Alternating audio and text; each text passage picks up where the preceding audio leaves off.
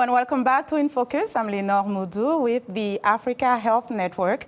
Today, as we continue our week-long discussion on HIV/AIDS, our focus is on community-based approach in addressing the disease. But first, let's revisit HIV/AIDS over the years.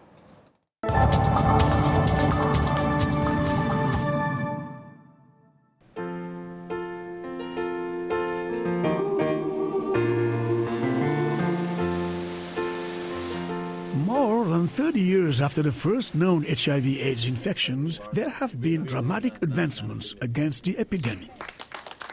That progress will be the focus of the 19th International AIDS Conference in Washington, known as AIDS 2012. What was once a death sentence has become chronic disease with antiretroviral drug treatment.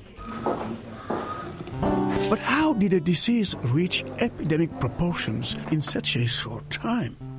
Scientists believe the human immunodeficiency virus HIV, the virus that causes AIDS, was transmitted from chimpanzees in the jungles of present-day Democratic Republic of the Congo. In 1981, homosexual men in California began experiencing disease symptoms including rare cancers that baffled doctors. In 1983, French researcher Dr. Luc Montagnier and American scientist Dr. Robert Gallo of the National Cancer Institute were in a race to identify HIV as the cause of the illness.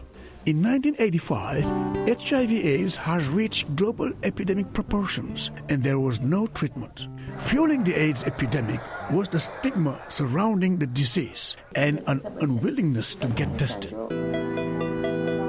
That's something the AIDS quilt was created in 1986 to combat. In 1987, the U.S. Food and Drug Administration approved the first drug capable of slowing the onset of full-blown AIDS, AZT. Because of the HIV virus that I have attained. In 1991, NBA superstar Magic Johnson held a press conference and announced he had the HIV virus. Sure that you tell people to go get tested. Johnson gave a face to the disease it had never had before. That same year, the red ribbon became the symbol of AIDS awareness. In 1997, Dr. David Ho devised HAART, highly active antiretroviral therapy, a new treatment regimen that had patients treated earlier and more aggressively than ever before.